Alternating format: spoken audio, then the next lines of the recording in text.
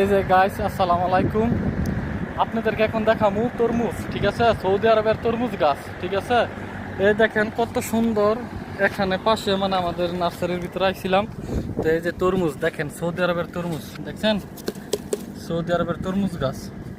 এই যে তরমুজ দেখছেন, এই যে তরমুজ হয়েছে, সাইডটা হয়েছে না 5-6টা হয়েছে, ঠিক আছে? এই যে তরমুজ দেখছেন, এই যে তরমুজ গাছগুলো অনেক সুন্দর, গাছগুলো হয়েছে তরমুজ গাছ। তরমুজ আইছে, এই যে তরমুজ, এই যে বাংলাদেশের সাজনা গাছ, এটার ভিতরে সাজনা ধরে।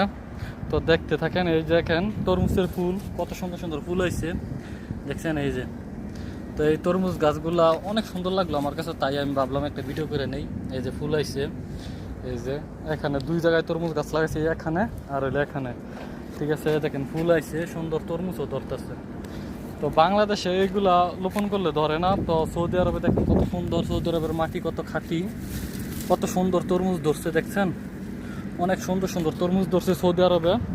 তো আপনারা যদি অবশ্যই এই তরমুজগুলা খাইতে চান, আমাকে অনলাইনে জানাবেন, আমি আপনাদের ঘরে নিয়ে তরমুজ পৌঁছে দিয়ে আসবো, ঠিক আছে? এই যে বাংলাদেশের দেখেন হলদি গাছ কত সুন্দর, দেখতে পাইছেন? অনেক সুন্দর হলদি গাছ। এই যে তরমুজ, এটা নার্সারি, এটা নার্সারি।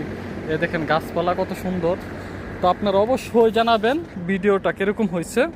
আপনারা চাইলে আরও ভিডিও দিব। দেখেন বাংলাদেশের একটা চুক্কা পাতা গাছ, ঠিক আছে? এই পাতাগুলো চুক্কা লাগে, ঠিক আছে? খাইতে গেলে চুক্কা লাগে, টক। তো আপনারা অবশ্যই আমাকে জানাবেন এই ভিডিওগুলো কিরকম হয়েছে, আমি আপনাদেরকে ভিডিও কন্টিনিউ দিব। আসসালামু আলাইকুম।